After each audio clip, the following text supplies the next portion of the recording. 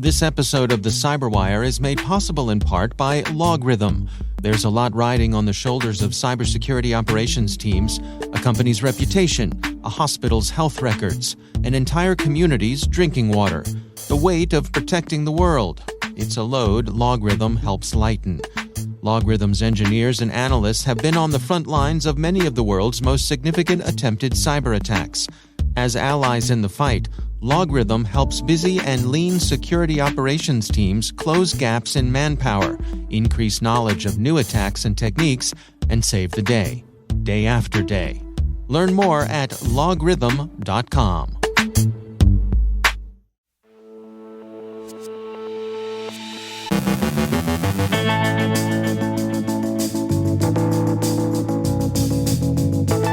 Not-so-deepfakes debunked, hacktivism and information warfare in Russia's war against Ukraine, the prospect of an age of splinternets, Germany warns of risks from Kaspersky security products, disruption of Ukrainian ISPs, David Dufour from Webroot on cyberattacks hitting the automotive sector, Carole Theriault ponders parental disclosure of tracking kids, and 3 new wrinkles to social engineering.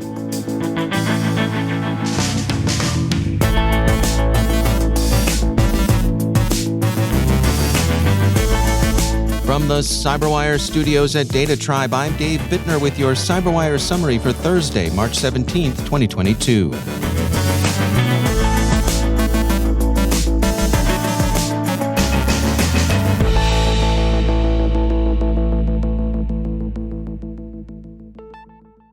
We begin, as we have been, with some notes on Russia's war against Ukraine, since that war has set the conditions under which most events in cyberspace are playing out. Diplomacy continues, even as Russia intensifies the brutality of its attacks against civilians. The Telegraph reports that negotiators are considering a 15-point plan that would, among other things, require Ukraine's neutralization, but would permit it to maintain a smaller army. It's unclear that the plan would be acceptable to either side. A faked video appeared yesterday that seemed to show President Zelenskyy asking Ukrainian soldiers to lay down their arms. According to NPR, the video was crudely prepared, badly lip-synced, voice and accent wrong, head not quite matching the body, and so on, which would make it seem more shallow than deepfake. It was swiftly debunked, but was nonetheless widely amplified on Russian platforms. President Zelenskyy said in response that the only people he'd invited to lay down their arms were Russian soldiers. Meta detected and removed the phony video from its platforms. Meta's Nathaniel Gleicher took to Twitter to explain, quote, "Earlier today, our teams identified and removed a deepfake video claiming to show President Zelenskyy issuing a statement he never did. It appeared on a reportedly compromised website and then started showing across the internet. We've quickly reviewed and removed this video for violating our policy against misleading manipulated media and notified our peers at other platforms." End quote. He directed readers to Facebook's policy against manipulated media. Digital Shadows has been following what it characterizes as a significant rise in hacktivism during Russia's war against Ukraine. Volume of activity has spiked, the company writes, but we're also observing novel approaches to organizing and attempting to circumvent obstacles. This will likely continue in the coming weeks and months as the war develops. End quote. Some of that novel organization may be found in the hands-on, hands-off approach the Ukrainian government has taken to mobilizing hacktivists. It may also be seen in the work of the hacktivists themselves, who've adopted such techniques as texting Russians with news to counter Kremlin propaganda. Hacktivists have also, according to the Washington Post, turned to such hoary Cold War throwbacks as shortwave radio to get messaging through Moscow's increasingly walled-off internet. He's really not a hacktivist, but one celebrity who's seeking to reach the Russian people is Arnold Schwarzenegger, who posted a direct appeal with Russian subtitles to both Twitter and Telegram. President Putin's response to any inside Russia who might listen to such appeals, and especially to those who might spread them, has been direct and couched in brutal, contemptuous terms.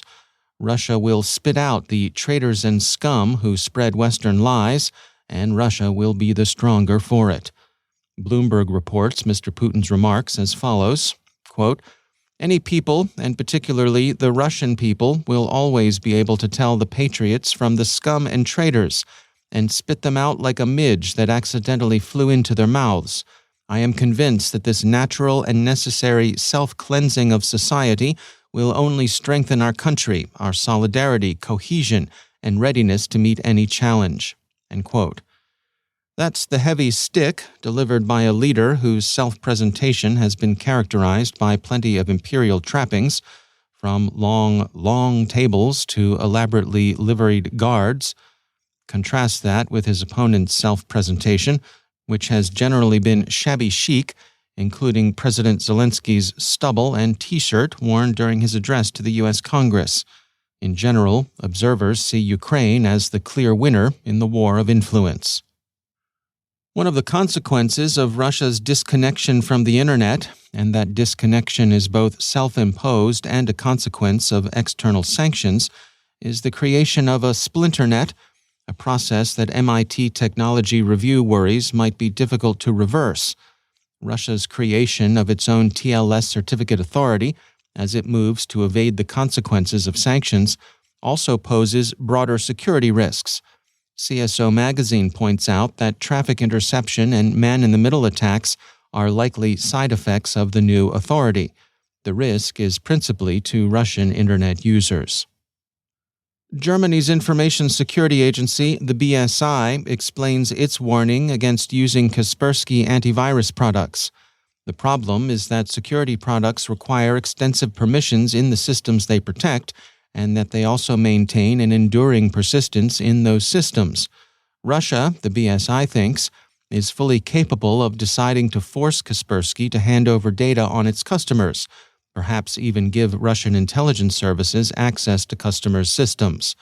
This risk has grown during Russia's war against Ukraine, and the BSI recommends replacing Kaspersky products with other vendors' equivalent systems. Kaspersky feels ill-used, with some arguable justification, since the warning is based on an assessment of possibilities and not on actual evidence of misconduct. The company responded, quote, "We believe this decision is not based on a technical assessment of Kaspersky products that we continuously advocated for with the BSI and across Europe, but instead is being made on political grounds." End quote. That's probably right, but unfortunately for Kaspersky, in the BSI's eyes, it's irrelevant. The BSI's concerns are that Russia could pressure Kaspersky in ways the company couldn't control or probably resist, and that the risk of such pressure during wartime is simply too great to overlook. Triolan, a major Ukrainian internet service provider, has faced periodic disruptions since the Russian invasion began. CPO Magazine reports that attackers, presumably Russian, had set Triolan internal devices back to factory defaults, which effectively knocked them offline. Other Ukrainian ISPs have experienced similar service disruptions as recently as last week.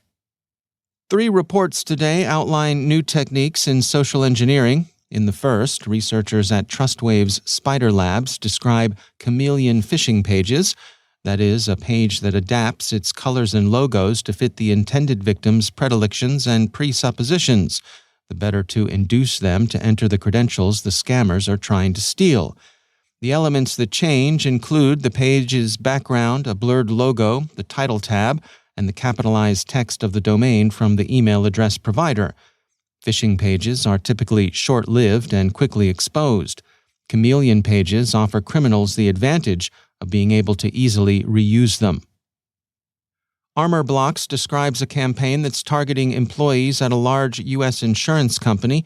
The scammer sends an email purporting to be from Instagram support, telling the intended victim that they've been reported for violating copyright laws. If the victim doesn't respond within 24 hours, and the response, of course, involves presenting credentials, quote, "Your membership will be permanently deleted," end quote. Social apps often interpenetrate business apps, especially during periods where remote work is common, and that makes this particular brand impersonation campaign more menacing. And finally, Avanon has an account of how criminals are using CAPTCHA to bypass security filters. The scammers use CAPTCHA forms sent from legitimate domains in their emails. This often bypasses scanners and permits the phishing email to reach the intended victim's inbox. Once the victim tries to access the content, the attacker asks that they enter their credentials to do so, and all too often, the victim complies.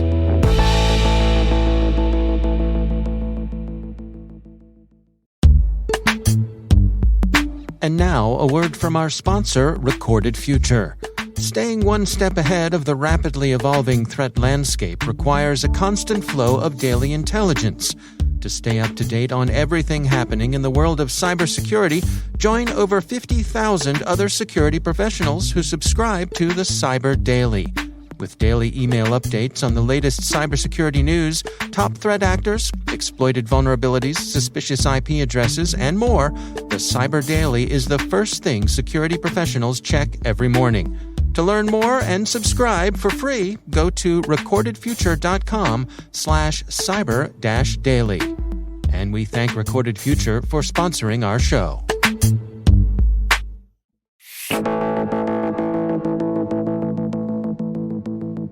Among the many things that parenthood has taught me is just how much my own parents were likely looking the other way when me or my siblings were up to no good, picking their battles and letting us think we were getting away with a lot more than we actually were.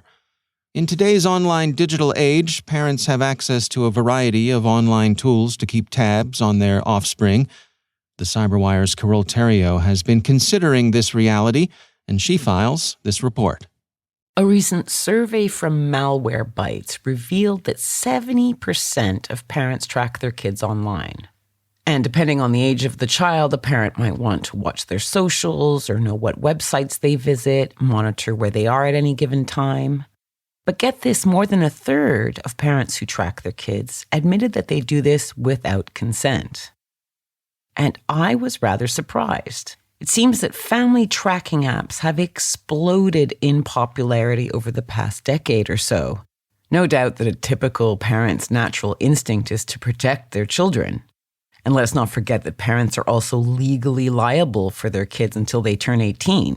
So if they get into trouble, I can understand that most parents want to know immediately. And of course, technology helps with that. But some experts question whether monitoring online life is actually helpful at protecting the kids. Sonia Livingston, a professor in the Department of Media and Communications at the London School of Economics and Political Science, told the BBC that there is in fact, quote, zero evidence that any of these apps keep children safer, unquote. Livingston also said that there's indeed a real risk that parental monitoring, quote, moves from being intrusive to abusive. And she argues that it's crucial to our autonomy and our personal integrity not to have our every private thought observed. And that's what private means, unquote. So I'm thinking about this as an adult.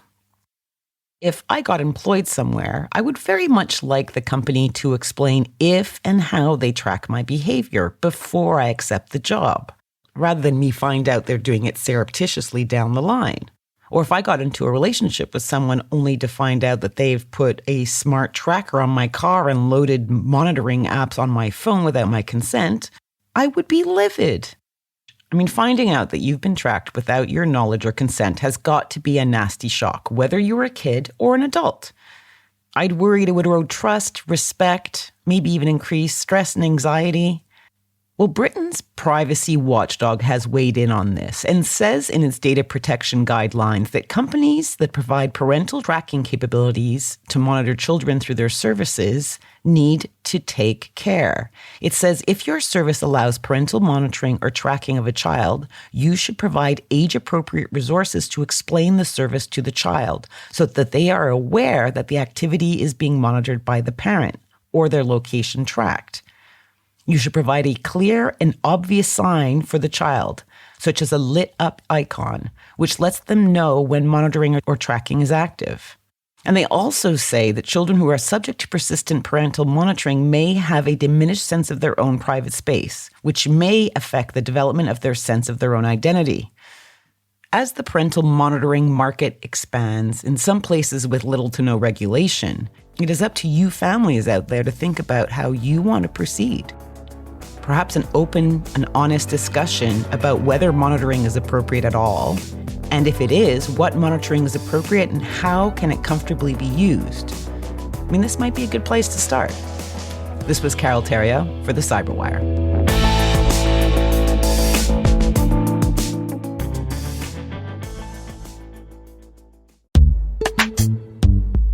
And now, a word from our sponsor, LookingGlass Cyber, a global leader in cybersecurity. There's never been a more serious time for U.S. critical infrastructure sectors to shore up their cybersecurity defenses than right now. While ensuring internal cybersecurity solutions are blocking and detecting nefarious activities is critical, security leaders also need to understand their external attack surface. This outside-in view highlights the vulnerabilities and exposures that threat actors can see on your network. Gain a deeper understanding of vulnerabilities and exposures currently seen across the financial sector, along with a crosswalk of these items to Russian threat actors. Access your complimentary copy of the Financial Sector Cyber Profile at lookingglasscyber.com/cyberwire. And we thank Looking Glass Cyber for sponsoring our show.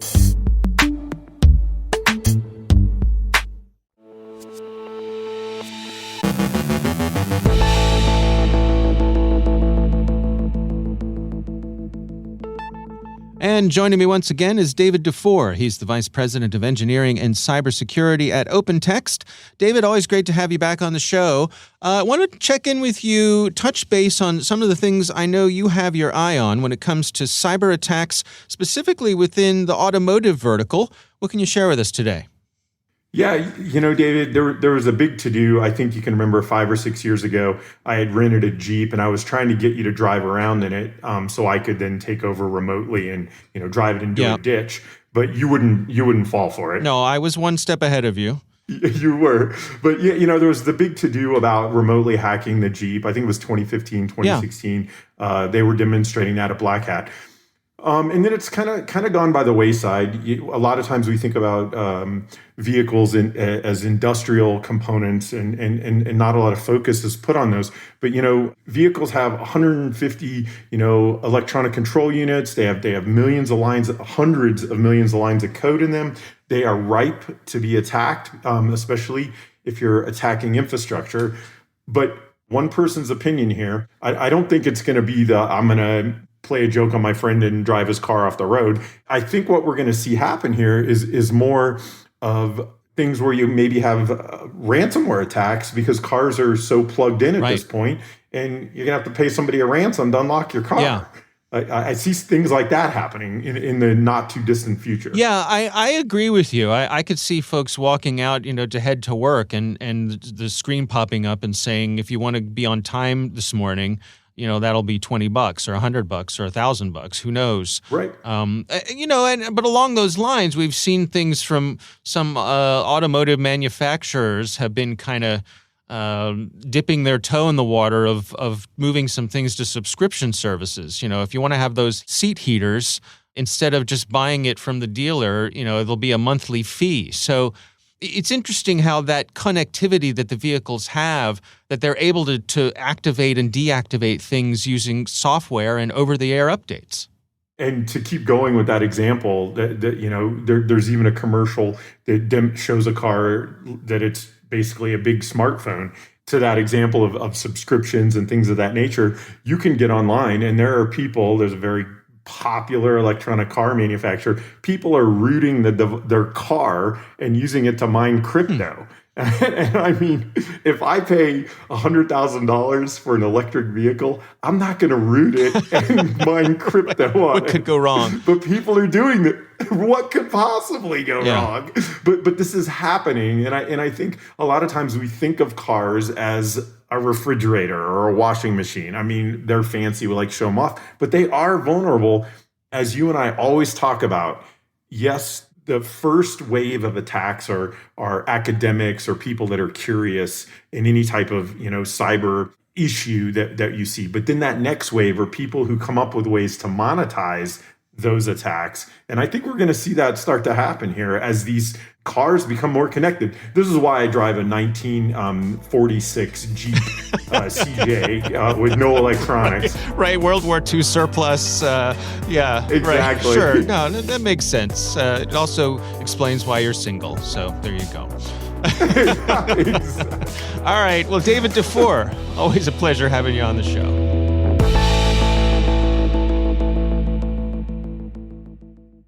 This episode of the CyberWire is made possible in part by Trellix. Security threats are evolving, but so is your company. Bring your security to life. Learn more at Trellix.com.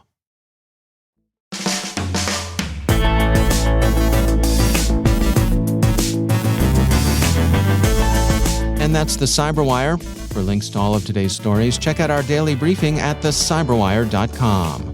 The CyberWire podcast is proudly produced in Maryland out of the startup studios of Data Tribe, where they're co-building the next generation of cybersecurity teams and technologies. Our amazing CyberWire team is Liz Irvin, Elliot Peltzman, Trey Hester, Brandon Karpf, Eliana White, Puru Prakash, Justin Sabi, Tim Nodar, Joe Kerrigan, Carole Theriault, Ben Yellen, Nick Filecki, Gina Johnson, Bennett Moe, Chris Russell, John Petrick, Jennifer Iben, Rick Howard, Peter Kilpie, and I'm Dave Bittner.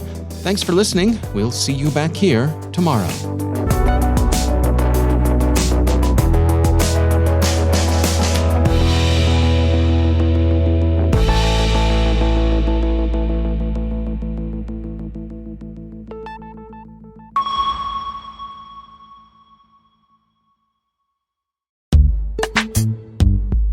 And now, a word from our sponsor, Code 42.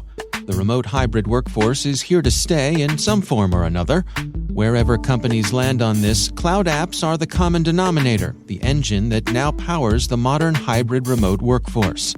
But these cloud super tools have their own kryptonite. The same capabilities that empower employees to connect, create, and collaborate faster and easier also make it faster and easier to exfiltrate data, intentionally or unintentionally. In fact, recent data from Code 42 shows that removable media like thumb drives is trending down as an exfiltration vector, while cloud exfiltration is skyrocketing, up 51% just since Q3 2021. Code 42 predicts that exfiltration via cloud services will become the exfiltration vector of choice in early 2022. The best way to combat this is with an insider risk management approach. Learn more about Code 42 and its SaaS solution for insider risk management at code42.com/showme. And we thank Code 42 for sponsoring our show.